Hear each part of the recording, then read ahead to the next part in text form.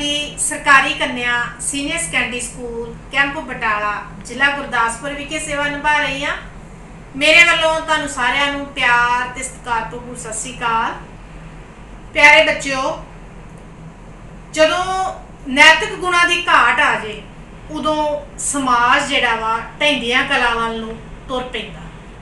जदों साडे सिੱਖਿਆ विभाग ने इन्हां गल्लां नूं नोट कीता ਤਾਂ ਉਹਨਾਂ ਮਹਿਸੂਸ ਕੀਤਾ ਕਿ ਅਜਿਹੇ ਨੈਤਿਕ ਗੁਣ ਸਾਨੂੰ ਜਿਹੜੀ ਪਨੀਰੀ ਆ ਸਾਡੀ ਉਸ ਦੇ ਵਿੱਚ ਡਿਵੈਲਪ ਕਰਨੇ ਚਾਹੀਦੇ ਹਨ।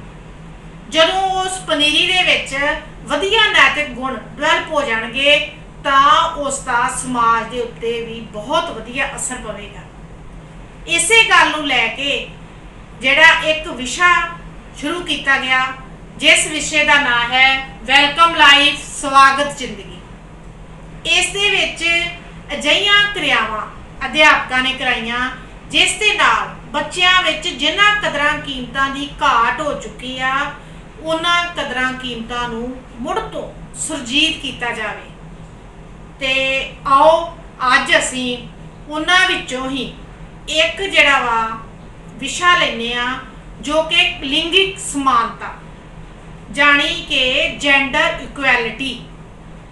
ਜਿਹੜਾ ਸਾਡੇ ਸਮਾਜ ਦੇ ਵਿੱਚ ਫਰਕ ਸਮਝਿਆ ਜਾਂਦਾ ਲੜਕੇ ਤੇ ਲੜਕੀ ਦੇ ਵਿੱਚ, ਉਸ ਨੂੰ ਚੰਗੀ ਤਰ੍ਹਾਂ ਸਪਸ਼ਟ ਕਰਨ ਦੇ ਲਈ ਇਹ ਵਿਸ਼ਾ ਲਿਆ ਗਿਆ। ਤੇ ਆਓ ਇਸ ਦੇ ਬਾਰੇ ਸਾਰੀ ਜਾਣਕਾਰੀ ਲੈਂਦੇ ਆ।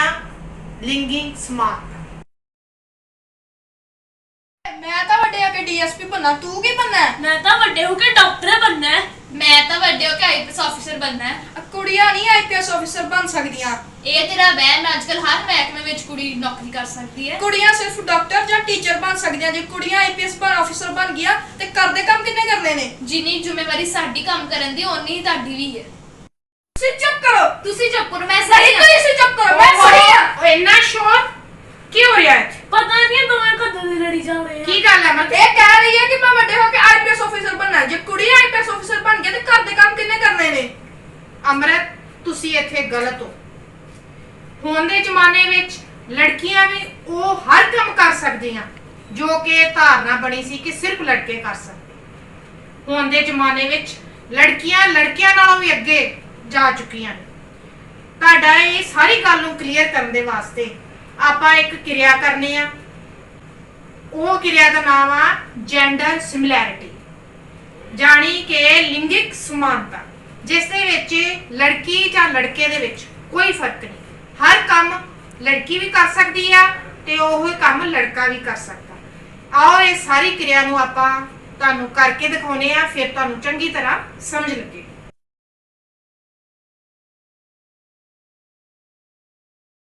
ਆਪਾਂ ਕਰੀਏ ਕਿਰਿਆ ਲਿੰਗਿਕ ਸਮਾਨਤਾ।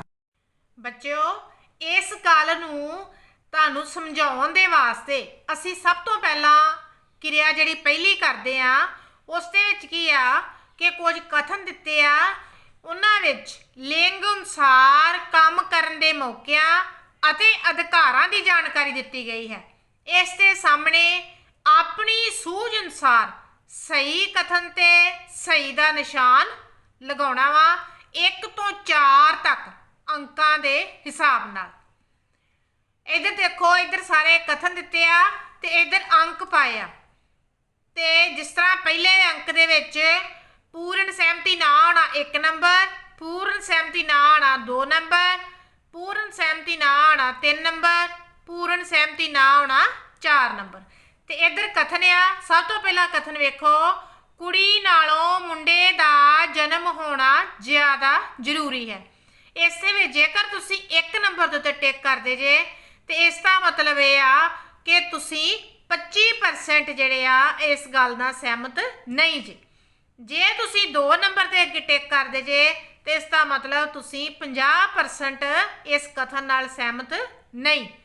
ਤੇ ਜੇਕਰ 3 ਨੰਬਰ ਦੇ ਉੱਤੇ ਤੁਸੀਂ ਟਿਕ ਕਰਦੇ ਜੇ ਤੇ ਇਸ ਦਾ ਮਤਲਬ ਇਹ ਆ ਕਿ 75% ਤੁਸੀਂ ਇਸ ਕਥਨ ਦੇ ਨਾਲ ਸਹਿਮਤ ਨਹੀਂ। ਤੇ ਜੇ ਤੁਸੀਂ 4 ਨੰਬਰ ਦੇ ਇੱਥੇ ਟਿਕ ਕਰਦੇ ਜੇ ਤੇ ਇਸ ਦਾ ਮਤਲਬ ਤੁਸੀਂ 100% ਇਸ ਗੱਲ ਨਾਲ ਸਹਿਮਤ ਨਹੀਂ। ਅਗਲਾ ਵੇਖੋ ਕਥਨ ਕੀ ਆ, ਸਿਰਫ ਲੜਕਾ ਹੀ ਬਜ਼ੁਰਗ ਮਾਂ-ਬਾਪ ਦੀ ਸੇਵਾ ਕਰ ਸਕਦਾ ਹੈ। ਜਿੱਥੇ ਤੁਸੀਂ ਠੀਕ ਸਮਝਦੇ ਜੇ ਆਪਣੀ ਸੂਝ-ਬੂਝ ਦੇ ਅਨੁਸਾਰ ਉੱਥੇ ਤੁਸੀਂ ਟਿਕ ਦਾ ਨਿਸ਼ਾਨ ਲਗਾ ਦੇਣਾ। ਲਗਾਉਣਾ ਇੱਕ ਹੀ ਨਿਸ਼ਾਨ ਹੈ, ਭਾਵੇਂ ਜਿੱਥੇ ਮਰਜ਼ੀ ਤੁਸੀਂ ਲਗਾਓ। ਲੜਕੇ ਨਾਲੋਂ ਲੜਕੀ ਦੀ ਸ਼ਕਲ ਸੂਰਤ ਜ਼ਿਆਦਾ ਅਹਿਮੀਅਤ ਰੱਖਦੀ ਹੈ ਤੇ ਇਸ ਦੇ ਵਿੱਚ ਵੀ ਤੁਸੀਂ ਆਪਣੀ ਸਮਝ ਮੁਤਾਬਕ, ਆਪਣੀ ਸੋਚ ਮੁਤਾਬਕ ਤੁਸੀਂ ਜਿੱਥੇ ਤੁਸੀਂ ਠੀਕ ਸਮਝੋਗੇ ਉੱਥੇ ਟਿਕ ਲਗਾਉਣੀ ਹੈ। ਚੌਥਾ ਨੰਬਰ ਦੇਖੋ ਬੱਚਿਓ, ਬੱਚੇ ਦਾ ਧਿਆਨ ਰੱਖਣਾ ਸਿਰਫ ਔਰਤ ਦੀ ਜ਼ਿੰਮੇਵਾਰੀ ਹੈ। ਇਸ ਵਿੱਚ ਵੀ ਤੁਸੀਂ ਆਪਣੀ ਸੋਚ ਮੁਤਾਬਕ ਟਿਕ ਲਗਾਉਣੀ। ਕਿਸੇ ਵੀ ਨੰਬਰ ਦੇ ਉੱਤੇ ਤੁਸੀਂ ਇੱਕ ਟਿਕ ਲਗਾ ਸਕਦੇ ਜੀ। ਲੜਕੇ ਲੜਕੀਆਂ ਨਾਲੋਂ ਮੈਥ ਤੇ ਸਾਇੰਸ ਵਿੱਚ ਬਿਹਤਰ ਹੁੰਦੇ ਹਨ। ਇੱਥੇ ਵੀ ਤੁਸੀਂ ਆਪਣੀ ਮਰਜ਼ੀ ਮੁਤਾਬਕ ਟਿਕ ਲਗਾਉਣੀ ਹੈ। ਅੱਗੇ ਵੇਖੋ 6ਵਾਂ ਨੰਬਰ ਕੀ ਆ, ਲੜਕੇ ਲੜਕੀਆਂ ਨਾਲੋਂ ਜ਼ਿਆਦਾ ਸਿੱਖਿਆ ਪ੍ਰਾਪਤ ਕਰ ਸਕਦੇ ਹਨ। ਇੱਥੇ ਵੀ ਤੁਸੀਂ ਆਪਣੀ ਸੋਚ ਵਰਤੋਗੇ ਕਿ ਅਸੀਂ ਇੱਥੇ ਟਿਕ ਲਾਉਣੀ ਆ, 2 ਨੰਬਰ ਤੇ ਲਾਉਣੀ ਆ, 3 ਤੇ ਜਾਂ 4 ਤੇ। ਅਗਲਾ ਵੇਖੋ 7ਵਾਂ ਕਥਨ ਕੀ ਆ, ਮਾਰਸ਼ਲ, ਰਗਬੀ, ਫੁੱਟਬਾਲ ਆਦਿ ਖੇਡਾਂ ਵਿੱਚ ਲੜਕੀਆਂ ਨਾਲੋਂ ਘੱਟ ਕਾਬਲ ਹਨ।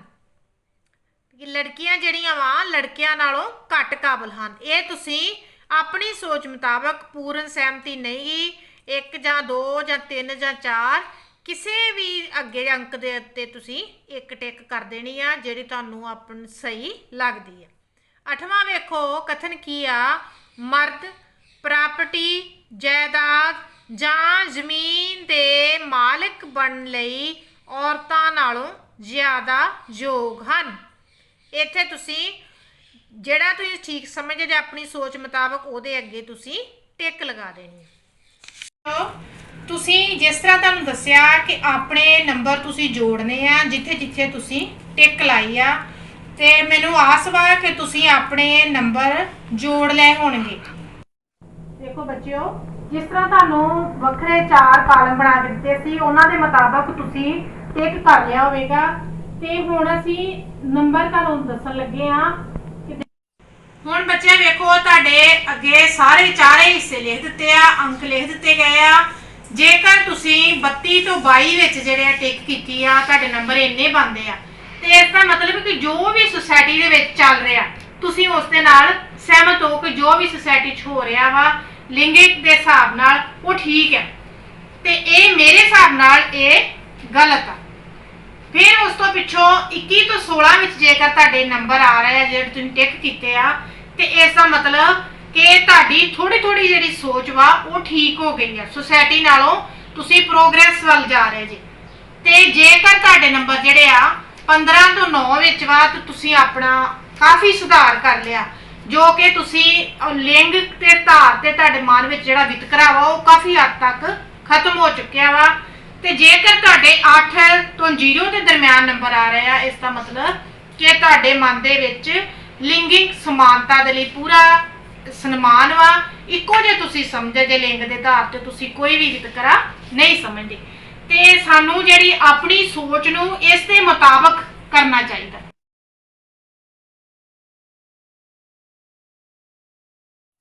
ਬੱਚਿਓ, ਤੁਹਾਨੂੰ ਲਿੰਗਿਕ ਸਮਾਨਤਾ ਸਮਝਾਉਣ ਦੇ ਲਈ ਆਪਾਂ ਕਿਰਿਆ ਕੀਤੀ ਕਿ ਉਸ ਦੇ ਵਿੱਚ ਤੁਹਾਨੂੰ ਵੱਖਰੇ ਵੱਖਰੇ ਕਥਨ ਦੱਸੇ ਕਿ ਤੁਸੀਂ ਇਹਦੇ ਵਿਚਾਰ ਤੁਹਾਡੇ ਮੁਤਾਬਕ ਕੀ ਨੇ। ਤੁਸੀਂ ਆਪਣੇ ਉਹ ਵਿਚਾਰ ਦਿੱਤੇ ਤੇ ਅਸੀਂ ਅੰਕ ਇਕੱਠੇ ਕੀਤੇ, ਤੇ ਇਹਨਾਂ ਅੰਕਾਂ ਦੇ ਨਤੀਜੇ ਦੇ ਵਿੱਚ ਇਹ ਗੱਲ ਨਿਕਲੀ ਆ ਕਿ ਤੁਹਾਡੀ ਅਜੇ ਵੀ ਸੋਚ ਨੂੰ ਸੁਧਾਰਨ ਦੀ ਲੋੜ ਵਾ। ਤੇ ਇਸ ਗੱਲ ਨੂੰ ਹੋਰ ਵੀ ਵਧੀਆ ਤਰੀਕੇ ਨਾਲ ਅਸੀਂ ਕਲੀਅਰ ਕਰਨਾ ਚਾਹੁੰਦੇ ਆ। ਤੇ ਮੈਂ ਤੁਹਾਨੂੰ ਇੱਕ ਗੱਲ ਸੁਣਾਉਣੀ ਆ ਕਿ ਮੈਂ ਲੈ ਕੇ ਆਈ ਕੱਪੜੇ, ਤੇ ਉਹਦੇ ਵਿੱਚ ਗੁਲਾਬੀ ਰੰਗ ਦੀ ਜਿਹੜੀ ਆ ਟੀ-ਸ਼ਰਟ ਸੀ ਬੱਚੇ ਦੀ, ਮੈਂ ਬੇਟੇ ਨੂੰ ਲਿਆ ਕੇ ਦਿੱਤੀ, ਤੇ ਉਸ ਨੇ ਉਸੇ ਵੇਲੇ ਉਹ ਟੀ-ਸ਼ਰਟ ਜਿਹੜੀ ਸੀ ਮੈਨੂੰ ਵਾਪਸ ਕਰ ਦਿੱਤੀ। ਕਹਿੰਦੇ ਕਿ ਇਹ ਜਿਹੜੀ ਟੀ-ਸ਼ਰਟ ਆ ਮੈਂ ਨਹੀਂ ਪਾਉਣੀ, ਇਹ ਲੜਕੀਆਂ ਦਾ ਰੰਗ। ਤੁਹਾਨੂੰ ਵੀ ਕਈ ਵਾਰ ਮੈਂ ਵੇਖਿਆ ਕਿ ਬੱਚਿਆਂ ਨੂੰ ਜਦੋਂ ਇਨਾਮ ਦੇ ਤੌਰ ਤੇ ਅਸੀਂ ਪੈਨ ਪੈਨਸਲਾਂ ਵੀ ਲਿਆ ਕੇ ਦਿੰਨੇ ਆ, ਪੈਨਾਂ ਦੇ ਵਿੱਚ ਵੱਖਰੇ ਵੱਖਰੇ ਰੰਗ ਹੁੰਦੇ ਆ, ਤੇ ਜਦੋਂ ਅਸੀਂ ਗੁਲਾਬੀ ਰੰਗ ਜਾਂ ਇਹੋ ਜਿਹਾ ਰੰਗ ਜਿਹੜਾ ਕਿ ਧਾਰਨਾ ਸਾਡੇ ਸਮਾਜ ਦੇ ਵਿੱਚ ਆ ਕਿ ਉਹ ਲੜਕੀਆਂ ਲਈ ਆ ਦਿੱਤਾ ਜਾਂਦਾ, ਤੇ ਉਸੇ ਵੇਲੇ ਹੀ ਲੜਕੇ ਕਹਿ ਦਿੰਦੇ ਕਿ ਇਹ ਨਹੀਂ ਲੈਣਾ, ਅਸੀਂ ਇਹ ਨਹੀਂ ਲੈਣਾ, ਇਹ ਲੜਕੀਆਂ ਦਾ ਰੰਗ ਹੈ। ਇਹ ਜਿਹੜੀ ਧਾਰਨਾ ਵਾ ਉਸ ਨੂੰ ਸਪਸ਼ਟ ਕਰਨ ਦੇ ਲਈ ਅੱਜ ਆਪਾਂ ਇੱਕ ਕਿਰਿਆ ਕਰਦੇ ਆ।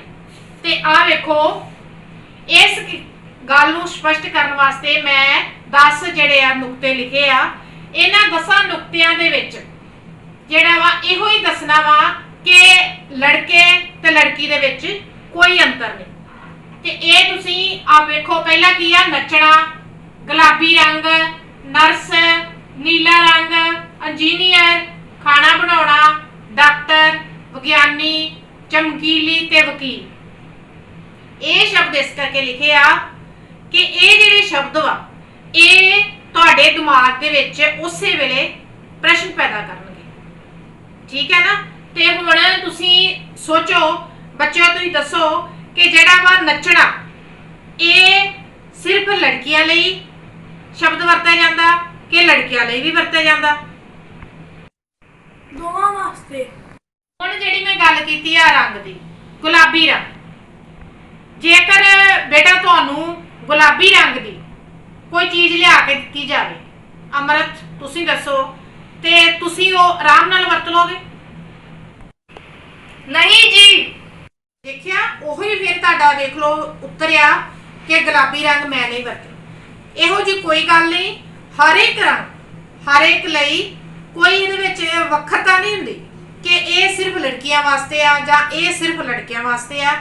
ਜਦੋਂ ਅਸੀਂ ਹਰ ਇੱਕ ਪਾਸੇ ਬਰਾਬਰ, ਲੜਕੀਆਂ ਵੀ ਬਰਾਬਰ ਨੌਕਰੀ ਕਰ ਰਹੀਆਂ ਹਰ ਮਹਿਕਮੇ ਵਿੱਚ ਤੇ ਲੜਕੇ ਵੀ ਉਹਨਾਂ ਮਹਿਕਮਿਆਂ ਵਿੱਚ ਨੌਕਰੀਆਂ ਕਰ ਰਹੇ ਆ, ਤੇ ਫਿਰ ਇਹ ਜਿਹੜਾ ਵੱਖਰਤਾ ਵਾ ਉਹ ਕਿਉਂ ਆ ਗਈ? ਇਸੇ ਤਰ੍ਹਾਂ ਅੱਗੇ ਵੇਖੋ, ਨਰਸ, ਨਰਸ ਦਾ ਜਿਹੜਾ ਵਾ ਅਹੁਦਾ ਵਾ ਜਾਂ ਨੌਕਰੀ ਆ, ਉਹ ਲੜਕੇ ਵੀ ਨਰਸ ਹੈਗੇ ਆ ਤੇ ਲੜਕੀਆਂ ਵੀ ਨਰਸ। ਹੁਣ ਸਾਡੇ ਜਿਹੜਾ ਸਮਾਜ ਵਾ ਇਸ ਦੇ ਵਿੱਚ ਬਹੁਤ ਸਾਰੇ ਜਿਹੜੇ ਆ ਲੜਕੇ ਵੀ ਨਰਸ ਦੇ ਕੋਰਸ ਕਰ ਰਹੇ ਆ ਤੇ ਨੌਕਰੀਆਂ ਵੀ ਕਰ ਰਹੇ ਆ। ਇਸ ਕਰਕੇ ਕੋਈ ਵੀ ਇਹਦੇ ਵਿੱਚ ਵੱਖਰਤਾ ਨਹੀਂ ਹੈਗੀ। ਅੱਗੇ ਵੇਖੋ, ਨੀਲਾ ਰੰਗ, ਜਿਸ ਤਰ੍ਹਾਂ ਤੁਸੀਂ ਗੁਲਾਬੀ ਰੰਗ ਦੀ ਗੱਲ ਕੀਤੀ ਆ, ਇਸੇ ਤਰ੍ਹਾਂ ਹੀ ਨੀਲਾ ਰੰਗ ਜਿਹੜਾ ਵਾ ਉਹ ਲੜਕਿਆਂ ਲਈ ਸਮਝਿਆ ਜਾਂਦਾ। ਪਰ ਕੀ ਲੜਕੀਆਂ ਨੀਲਾ ਰੰਗ ਨਹੀਂ ਪਾਉਂਦੀਆਂ? ਚਲੋ ਬਵਨੀਤ ਤੁਸੀਂ ਦੱਸੋ, ਕੀ ਨੀਲਾ ਰੰਗ ਸਿਰਫ ਲੜਕਿਆਂ ਵਾਸਤੇ ਹੀ ਆ? ਨਹੀਂ ਜੀ। ਹੁਣ ਵੇਖੋ, ਅਗਲਾ ਜਿਹੜਾ ਵਾ ਉਹ ਸ਼ਬਦ ਹੈ ਇੰਜੀਨੀਅਰ। ਇੰਜੀਨੀਅਰ ਦੀ ਡਿਗਰੀ ਜਿਹੜੀ ਆ ਉਹ ਸਾਡੇ ਸਮਾਜੀ ਧਾਰਨਾ ਇਹ ਆ ਕਿ ਇੰਜੀਨੀਅਰ ਸਿਰਫ ਮਰਦ ਹੁੰਦੇ ਆ ਜਾਂ ਲੜਕੇ ਹੁੰਦੇ ਆ। ਪਰ ਹੁਣ ਜੇਕਰ ਤੁਸੀਂ ਆਲੇ ਦੁਆਲੇ ਝਾਤੀ ਮਾਰੋਗੇ ਤਾਂ ਅਨੇਕਾਂ ਹੀ ਲੜਕੀਆਂ, ਬਲਕਿ ਲੜਕੀਆਂ ਲੜਕਿਆਂ ਨਾਲੋਂ ਵੀ ਜ਼ਿਆਦਾ ਇੰਜੀਨੀਅਰਿੰਗ ਕਰਕੇ ਵਧੀਆ ਨੌਕਰੀਆਂ ਕਰ ਰਹੀਆਂ। ਤੇ ਫਿਰ ਇਹ ਸਾਡੇ ਮਨ ਦੇ ਵਿੱਚ ਇਹ ਜਿਹੜੀ ਭਾਵਨਾ ਕਿਉਂ ਆ ਰਹੀ ਹੈ? ਉਸ ਤੋਂ ਵਿੱਚੋਂ ਖਾਣਾ ਬਣਾਉਣਾ, ਖਾਣਾ ਬਣਾਉਣ ਦਾ ਕੰਮ ਜਿਹੜਾ ਵਾ ਇਹ ਸਾਡੇ ਸਮਾਜ ਦੇ ਵਿੱਚ ਪੱਕੀ ਧਾਰਨਾ ਬਣੀ ਹੋਈ ਆ ਕਿ ਇਹ ਸਿਰਫ ਲੜਕੀਆਂ ਦਾ ਕੰਮ ਹੈ। ਭਾਵੇਂ ਉਹ ਨੌਕਰੀ ਕਰਦੀ ਆ ਤੇ ਭਾਵੇਂ ਨਹੀਂ ਨੌਕਰੀ ਕਰਦੀ, ਖਾਣਾ ਤਾਂ ਉਹਨੇ ਬਣਾਉਣਾ ਹੀ ਬਣਾਉਣਾ। ਹੁਣ ਬੱਚਿਓ, ਜਿਹੜੇ ਬੱਚੇ ਬਾਹਰ ਜਾਂਦੇ ਆ ਉਹ ਵੇਖੋ, ਉਹਨਾਂ ਨੂੰ ਕੋਈ ਇਹ ਵੱਖਰਤਾ ਨਹੀਂ ਹੈਗੀ ਕਿ ਖਾਣਾ ਸਿਰਫ ਲੜਕੀ ਨੇ ਬਣਾਉਣਾ। ਉਹ ਨੌਕਰੀ ਤੋਂ ਆਏਗੀ ਤੇ ਫਿਰ ਖਾਣਾ ਬਣਾ ਕੇ ਸਾਰਿਆਂ ਨੂੰ ਖਵਾਏਗੀ। ਇਹੋ ਜੀ ਕੋਈ ਗੱਲ ਨਹੀਂ। ਤੁਸੀਂ ਆਮ ਤੌਰ ਤੇ ਤੁਹਾਡੇ ਰਿਸ਼ਤੇਦਾਰਾਂ ਦੇ ਵਿੱਚ ਅਨੇਕਾਂ ਲੋਕ ਬਾਹਰ ਗਏ ਹੋਣਗੇ ਵੱਖਰੇ ਵੱਖਰੇ ਦੇਸ਼ਾਂ ਵਿੱਚ। ਉਹ ਇਸ ਤਰ੍ਹਾਂ ਕਿ ਜਿਹੜਾ ਡਿਊਟੀ ਤੇ ਚਲੇ ਗਿਆ, ਆਪਣੇ ਕੰਮ ਤੇ ਚਲੇ ਗਿਆ, ਦੂਜੇ ਨੇ ਆਣ ਕੇ ਖਾਣਾ ਤਿਆਰ ਕਰਨਾ, ਤੇ ਜੇਕਰ ਉਹਨੂੰ ਸਮਾਂ ਹੈਗਾ ਵਾ ਉਹਨੇ ਖਾਣਾ ਤਿਆਰ ਕਰ ਦਿੰਦਾ। ਇਸ ਦੇ ਵਿੱਚ ਕੋਈ ਵੱਖਰਤਾ ਨਹੀਂ। ਤਾਂ ਹੀ ਜਿਹੜਾ ਵਾ ਉਹ ਦੇਸ਼ ਜਿਹੜੇ ਆ ਸਾਡੇ ਨਾਲੋਂ ਤਰੱਕੀ ਕਰਕੇ ਬਹੁਤ ਅੱਗੇ ਜਾ ਚੁੱਕੇ, ਕਿਉਂਕਿ ਉਹਨਾਂ ਦੇ ਮਨ ਵਿੱਚ ਇਹੋ ਜਿਹਾ ਡਿਫਰੈਂਸ ਕੋਈ ਨਹੀਂ ਹੈਗਾ। ਤੇ ਜਦੋਂ ਤੱਕ ਸਾਡੇ ਸੋਚ ਜਿਹੜੀ ਆ ਇਹ ਨਹੀਂ ਨਾ ਬਦਲੇਗੀ, ਉਹਨਾਂ ਚਿਰ ਤੱਕ ਅਸੀਂ ਉਨੀ ਤਰੱਕੀ ਨਹੀਂ ਕਰ ਸਕਦੇ। ਇਸ ਕਰਕੇ ਇੱਥੇ ਸਾਨੂੰ ਆਪਣੀ ਸੋਚ ਬਦਲਣ ਦੀ ਲੋੜ ਹੈ। ਡਾਕਟਰ, ਆਮ ਹੀ ਜਦੋਂ ਗੱਲ ਕਰਦੇ ਆ ਬੱਚੇ ਤੇ ਕਹਿ ਦਿੰਦੇ ਆ ਡਾਕਟਰੀ ਦਾ ਪੇਸ਼ਾ ਜਿਹੜਾ ਵਾ ਉਹ ਜ਼ਿਆਦਾ ਲੜਕੀਆਂ ਲਈ ਠੀਕ ਵਾ ਤੇ ਲੜਕਿਆਂ ਲਈ ਨਹੀਂ ਠੀਕ। ਪਰ ਇਹ ਜਿਹੜੀ ਸੋਚ ਵਾ ਅਸੀਂ ਮਨ ਵਿੱਚ ਨਹੀਂ ਰੱਖਣੀ। ਭਾਵੇਂ ਉਹ ਲੜਕੇ ਆ ਭਾਵੇਂ ਉਹ ਲੜਕੀਆਂ ਵਾ, ਡਾਕਟਰ ਦਾ ਪੇਸ਼ਾ ਸਿਰਫ ਉਹਦੇ ਪੜ੍ਹਨ ਦੇ ਲੈਵਲ ਤੇ ਡਿਪੈਂਡ ਕਰਦਾ ਕਿ ਬੱਚੇ ਦਾ ਇੰਟਰਸਟ ਕਿਹੜੇ ਪਾਸੇ ਆ।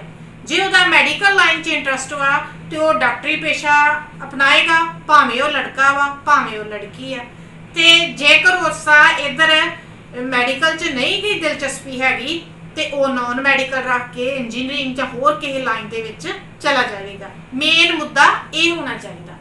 ਅੱਗੇ ਚਮਕੀਲੀ ਦਾ ਮਤਲਬ ਇਹ ਆ ਕਿ ਚਮਕ ਵਾਲੀਆਂ ਚੀਜ਼ਾਂ।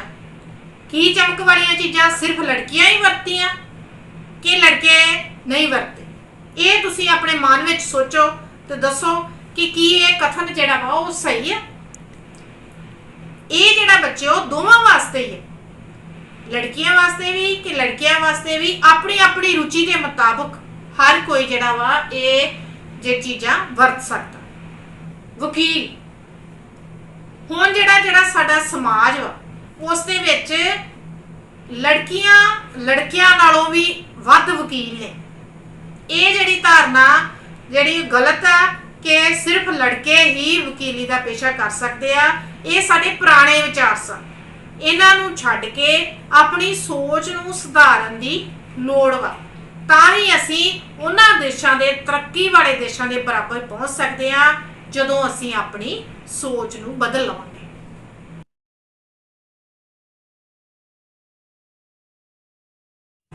ਬੱਚਿਓ, ਤੁਹਾਨੂੰ ਹੁਣੇ ਆਪਾਂ ਸਮਝਾਇਆ ਕਿ ਲਿੰਗਿਕ ਸਮਾਨਤਾ ਹੁੰਦੀ ਕੀ ਹੈ। ਆਸ ਹੈ ਕਿ ਤੁਹਾਨੂੰ ਪੂਰੀ ਤਰ੍ਹਾਂ ਸਮਝ ਲੱਗ ਗਈ ਹੋਵੇਗੀ। ਜਦੋਂ ਇਹ ਲਿੰਗਿਕ ਸਮਾਨਤਾ ਨੂੰ ਅਸੀਂ ਇਹਦੇ ਬਦਲਾਵ ਲਿਆਉਂਦੇ ਆ ਤੇ ਉਸ ਦਾ ਅਸਰ ਔਰਤਾਂ ਤੇ, ਬੱਚੇ ਤੇ, ਆਦਮੀ ਤੇ ਸਮਾਜ ਤੇ ਕੀ ਹੁੰਦਾ, ਇਹ ਵੀ ਜਾਣੀਏ। ਸਭ ਤੋਂ ਪਹਿਲਾਂ ਵੇਖੋ ਕਿ ਜੇ ਔਰਤ ਨੂੰ ਜਾਇਦਾਦ ਵਿੱਚ ਬਰਾਬਰ ਦੀ ਹਿੱਸੇਦਾਰੀ ਦਿੱਤੀ ਜਾਵੇ ਫਿਰ ਕੀ ਹੁੰਦਾ, ਫਿਰ ਕੀ ਬਦਲਾਅ ਆਉਂਦਾ? ਔਰਤ ਦੇ ਵਿੱਚ ਵਧੇਰੇ ਉਹ ਸੁਰੱਖਿਅਤ ਮਹਿਸੂਸ ਕਰਦੇ ਆ ਆਪਣੇ ਆਪ ਨੂੰ ਜਦੋਂ ਉਹਨਾਂ ਨੂੰ ਜਾਇਦਾਦ ਦੇ ਵਿੱਚ ਬਰਾਬਰ ਦਾ ਹਿੱਸਾ ਮਿਲਦਾ। ਜਿਸ ਤਰ੍ਹਾਂ ਤੁਸੀਂ ਜਾਣਦੇ ਜੇ ਕਿ ਜੇਕਰ ਬਾਪ ਦੀ ਜਾਇਦਾਦ ਆ, 3 ਭੈਣ ਭਾਈ ਆ ਤੇ ਉਹਨਾਂ ਤਿੰਨਾਂ ਨੂੰ ਬਰਾਬਰ ਦਾ ਹਿੱਸਾ ਦੇਣਾ ਸਰਕਾਰ ਨੇ ਨਿਯਤ ਕੀਤਾ, ਕਾਨੂੰਨ ਬਣਿਆ ਕਿ ਤਿੰਨਾਂ ਭੈਣ ਭਰਾਵਾਂ ਦਾ ਬਰਾਬਰ ਦਾ ਹਿੱਸਾ। ਜਦੋਂ ਲੜਕੀ ਨੂੰ ਵੀ ਬਰਾਬਰ ਦਾ ਹਿੱਸਾ ਮਿਲੇਗਾ ਤੇ ਉਹ ਆਪਣੇ ਆਪ ਨੂੰ ਸੁਰੱਖਿਅਤ ਮਹਿਸੂਸ ਕਰੇਗੀ। ਉਸ ਤੋਂ ਪਿੱਛੋਂ ਔਰਤ ਤੋਂ ਪਿੱਛੋਂ ਆ ਜਾਂਦੇ ਬੱਚੇ। ਜਦੋਂ ਮਾਂ ਸੁਰੱਖਿਅਤ ਹੋਵੇਗੀ ਤੇ ਮੁੰਡੇ ਤੇ ਕੁੜੀ ਦਾ ਵੀ ਭਵਿੱਖ ਸੁਰੱਖਿਅਤ ਹੋਵੇਗਾ। ਉਹ ਆਪਣੀ ਮਾਂ ਕੋਲੋਂ ਵੀ ਲੋੜ ਪੈਣ ਤੇ ਕੁਝ ਵੀ ਲੈ ਸਕਦੇ ਆ ਜਾਂ ਮਾਂ ਉਹਨਾਂ ਦੀ ਮਦਦ ਕਰ ਸਕਦੀ ਲੋੜ ਪੈਣ ਤੇ। ਉਸ ਤੋਂ ਪਿੱਛੋਂ ਆ ਜਾਂਦਾ ਆਦਮੀ। ਜਦੋਂ ਔਰਤ ਜਿਹੜੀ ਆ ਬਰਾਬਰ ਦੀ ਹਿੱਸੇਦਾਰ ਹੋਵੇਗੀ, ਬੱਚੇ ਸੁਰੱਖਿਅਤ ਹੋਣਗੇ ਤੇ ਇਸ ਦੇ ਨਾਲ ਆਦਮੀ ਜਿਹੜਾ ਵਾ ਉਸ ਤੇ ਵੀ ਬੋਝ ਵਿੱਚ ਕੁਝ ਘਾਟਾ ਹੋ ਜਾਵੇਗਾ, ਉਸ ਦੇ ਉੱਤੇ ਬੋਝ ਉਹਨਾਂ ਨਹੀਂ ਰਹੇਗਾ। ਉਸ ਤੋਂ ਅੱਗੇ ਆ ਜਾਂਦਾ ਸਮਾਜ। ਸਮਾਜ ਜਿਹੜਾ ਵਾ ਜਾਇਦਾਦ ਸੰਬੰਧੀ ਤੁਸੀਂ ਆਮ ਦੇਖਦੇ ਜੇ ਕਿ ਕਿੰਨੇ ਝਗੜੇ ਹੁੰਦੇ ਜਾਇਦਾਦ ਸੰਬੰਧੀ। ਤੇ ਜੇਕਰ ਇਸ ਹਿਸਾਬ ਦੇ ਨਾਲ ਬਰਾਬਰ ਦੇ ਹੱਕ ਹੋਣਗੇ ਤੇ ਜਾਇਦਾਦ ਸੰਬੰਧੀ ਜਿਹੜੇ ਅਨੇਕਾਂ ਸਮਾਜ ਵਿੱਚ ਝਗੜੇ ਹੁੰਦੇ ਆ, ਜਿਸ ਦੇ ਨਾਲ ਕਈ ਵਾਰ ਜਾਨਾਂ ਚਲੇ ਜਾਂਦੀਆਂ ਜਾਂ ਹੋਰ ਨੁਕਸਾਨ ਹੁੰਦੇ ਆ, ਤੇ ਇਸ ਤਰ੍ਹਾਂ ਸਮਾਜ ਵਿੱਚੋਂ ਝਗੜੇ ਘਟ ਜਾਣਗੇ। ਬੱਚਿਓ, ਹੁਣੇ ਤੁਹਾਨੂੰ ਇਹ ਜਿਹੜਾ ਚੱਕਰ ਆ ਸਮਾਨਤਾ ਦਾ ਚੱਕਰ, ਇਹ ਇਸ ਕਰਕੇ ਬਣਾ ਕੇ ਸਮਝਾਇਆ ਗਿਆ ਕਿ ਅਸੀਂ ਜੇਕਰ ਇਹ ਬਦਲਾਅ ਲੈ ਕੇ ਆਵਾਂਗੇ ਤੇ ਇਹਨਾਂ ਦਾ ਸਾਡੇ ਸਮੁੱਚੇ ਸਮਾਜ ਦੇ ਉੱਤੇ ਕੀ ਅਸਰ ਹੋਵੇਗਾ। ਉਸ ਦੇ ਵਿੱਚ ਹੀ ਔਰਤ ਆ, ਵਿੱਚ ਹੀ ਮਰਦ ਆ, ਵਿੱਚ ਹੀ ਬੱਚੇ ਆ। ਤੇ ਜੇਕਰ ਇਸੇ ਤਰ੍ਹਾਂ ਹੀ ਸੋਚ ਨੂੰ ਵੀ ਬਦਲਿਆ ਜਾਵੇ ਤਾਂ ਇਹ ਜਿਹੜੀ ਸੁਰੱਖਿਆ ਉਹ ਹਰ ਇੱਕ ਥਾਂ ਦੇ ਉੱਤੇ ਮਹਿਸੂਸ ਕਰਾਂਗੇ ਅਸੀਂ। ਤੇ ਜਦੋਂ ਇਹ ਸੁਰੱਖਿਆ ਕਾਇਮ ਹੋ ਜਾਵੇਗੀ ਫਿਰ ਉਹ ਸਮਾਜ ਜਿਹੜਾ ਉਹ ਬਹੁਤ ਹੀ ਸੁਖਾਲਾ ਤੇ ਵਧੀਆ ਸਮਾਜ ਬਣ ਜਾਵੇਗਾ, ਜੋ ਝਗੜਿਆਂ ਰਹਿਤ ਹੋਵੇਗਾ, ਜਿਸ ਦੇ ਵਿੱਚ ਮੋਹ ਮਾਇਆ ਜਾਂ ਜਾਇਦਾਦ ਨੂੰ ਲੈ ਕੇ ਝਗੜੇ ਜਿਹੜੇ ਹੁੰਦੇ ਆ ਉਹ ਖਤਮ ਹੋ ਜਾਣਗੇ। ਬੱਚਿਓ, ਮੈਂ ਤੁਹਾਨੂੰ ਸਮਾਨਤਾ ਦੇ ਚੱਕਰ ਦੇ ਵਿੱਚ ਸਾਰਾ ਸਮਝਾਇਆ ਕਿ ਜਦੋਂ ਬਦਲਾਅ ਆਉਂਦਾ ਉਸ ਦਾ ਔਰਤ ਤੇ, ਬੱਚੇ ਤੇ, ਆਦਮੀ ਤੇ ਸਮਾਜ ਤੇ ਕੀ ਪ੍ਰਭਾਵ ਪੈਂਦਾ। ਹੁਣ ਤੁਸੀਂ ਕੋਈ ਉਦਾਹਰਨ ਆਪਣੀ ਸੋਚ ਕੇ ਦੱਸੋ ਕਿ ਜੇ ਬਦਲਾਅ ਆਵੇਗਾ ਤਾਂ ਉਸ ਦਾ ਕੀ ਅਸਰ ਹੋਵੇਗਾ। ਹੈਂਡ ਰੇਜ਼ ਕਰੋ। ਹਾਂਜੀ ਬੇਟਾ, ਬਦਲਾਵ ਇਹ ਹੋ ਸਕਦਾ ਹੈ ਕਿ ਘਰ ਵਿੱਚ ਔਰਤ ਤੇ ਮਰਦ ਨੂੰ ਬਰਾਬਰ ਦਾ ਕੰਮ ਵੰਡਿਆ ਜਾਏ। ਬਿਲਕੁਲ ਜਿਵੇਂ ਬੱਚੇ ਨੇ ਦੱਸਿਆ ਕਿ ਕੀ ਬਦਲਾਅ ਆਇਆ, ਘਰ ਦੇ ਕੰਮਾਂ ਦੀ ਬਰਾਬਰ ਵੰਡ। ਘਰ ਦੇ ਕੰਮਾਂ ਦੀ ਬਰਾਬਰ ਵੰਡ।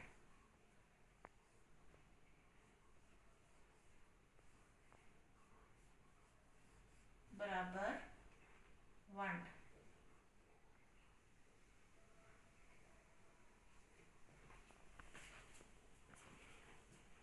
ਹੁਣ ਇਸ ਬਦਲਾਅ ਦਾ ਔਰਤਾਂ ਤੇ ਕੀ ਅਸਰ ਹੋਵੇਗਾ, ਤੁਸੀਂ ਦੱਸੋ ਅਮਰਤ। ਇਸ ਨਾਲ ਔਰਤਾਂ ਦੇ ਉੱਤੇ ਜ਼ਿੰਮੇਵਾਰੀਆਂ ਘਟ ਜਾਣਗੀਆਂ। ਬਿਲਕੁਲ ਸਹੀ ਅਮਰਤ, ਔਰਤਾਂ ਦੀਆਂ ਜ਼ਿੰਮੇਵਾਰੀਆਂ ਵਿੱਚ ਘਾਟਾ। ਜ਼ਿੰਮੇਵਾਰੀਆਂ ਵਿੱਚ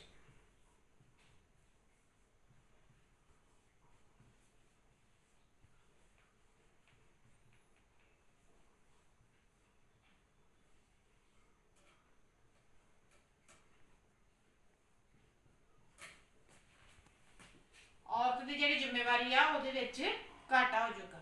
ਇਹ ਕੌਣ ਦੱਸੇਗਾ ਕਿ ਇਸ ਬਦਲਾਅ ਦਾ ਬੱਚੇ ਤੇ ਕੀ ਅਸਰ ਹੋਵੇਗਾ। ਹਾਂਜੀ ਬੇਟਾ। ਬੱਚਿਆਂ ਉੱਤੇ ਵਧੀਆ ਅਸਰ ਹੋਵੇਗਾ। ਸ਼ਾਬਾਸ਼। ਇਸ ਬਦਲਾਅ ਦਾ ਬੱਚੇ ਤੇ ਕੀ ਅਸਰ ਹੋਵੇਗਾ, ਸਕਾਰਾਤਮਕ ਸੋਚ ਹੋ ਜਾਏਗੀ ਉਸਦੀ।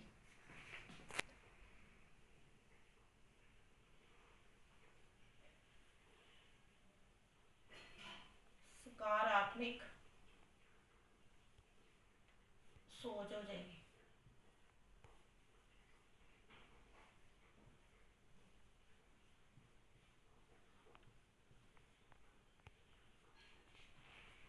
ਹੁਣ ਵੇਖੋ ਇਸ ਬਦਲਾਅ ਦਾ ਆਦਮੀ ਤੇ ਕੀ ਅਸਰ ਹੋਵੇਗਾ, ਕੋਈ ਦੱਸੇਗਾ ਬੱਚਾ। ਹੁਣ ਕੌਣ ਦੱਸੇਗਾ। ਹਾਂਜੀ ਪਨੀਤ। ਆਦਮੀ ਤੇ ਇਹ ਅਸਰ ਹੋਏਗਾ ਕਿ ਉਹ ਆਪਣੀ ਪਤਨੀ ਤੇ ਆਪਣੇ ਬੱਚੇ ਨਾਲ ਵੱਧ ਸਮਾਂ ਬਤੀਤ ਕਰ ਪਾਏਗਾ ਤੇ ਉਹਨਾਂ ਨੂੰ ਸਮਝ ਸਕੇਗਾ। ਸ਼ਾਬਾਸ਼, ਗੁੱਡ। ਬੱਚੇ ਨੇ ਬਿਲਕੁਲ ਸਹੀ ਦੱਸਿਆ ਕਿ ਜਦੋਂ ਜਿਹੜਾ ਵਾ ਘਰ ਦੀਆਂ ਜ਼ਿੰਮੇਵਾਰੀਆਂ ਵੰਡੀਆਂ ਜਾਣਗੀਆਂ ਤੇ ਜਿਹੜਾ ਆਦਮੀ ਆ ਉਹ ਵੀ ਵੱਧ ਤੋਂ ਵੱਧ ਸਮਾਂ ਘਰ 'ਚ ਦੇਵੇਗਾ ਤੇ ਪਰਿਵਾਰ ਨੂੰ, ਪਤਨੀ ਨੂੰ ਸਮਝਣ ਦਾ ਉਸਨੂੰ ਪੂਰਾ ਮੌਕਾ ਮਿਲੇਗਾ। ਇੱਥੇ ਅਸੀਂ ਕੀ ਲਿਖਾਂਗੇ ਕਿ ਆਦਮੀ ਜਿਹੜਾ ਵਾ ਪਰਿਵਾਰ ਨਾਲ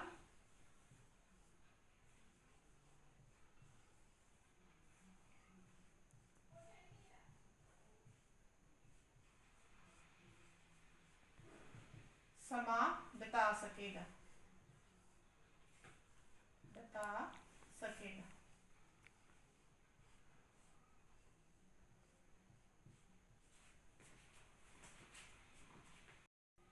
ਇਸ ਬਦਲਾਅ ਦਾ ਸਮਾਜ ਤੇ ਕੀ ਅਸਰ ਹੋਏਗਾ, ਹੱਥ ਖੜੇ ਕਰੋ ਬੱਚਿਓ, ਕੌਣ ਦੱਸੇਗਾ। ਹਾਂਜੀ ਬੇਟਾ। ਇਸ ਨਾਲ ਸਮਾਜਿਕ ਸੋਚ ਸੁਧਰੇਗੀ। ਗੁੱਡ।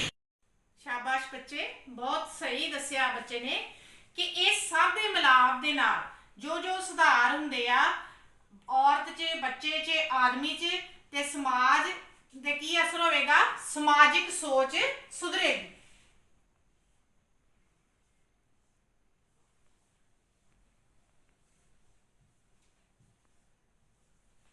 ਸਮਾਜਿਕ ਸੋਚ ਸੁਧਰੇਗੀ। ਸਾਰਾ ਸਾਡਾ ਸਮਾਜ ਹੀ ਇਸ ਦੇ ਨਾਲ ਤਬਦੀਲੀ ਦੇ ਨਾਲ ਸੁਧਰ ਜਾਏਗਾ।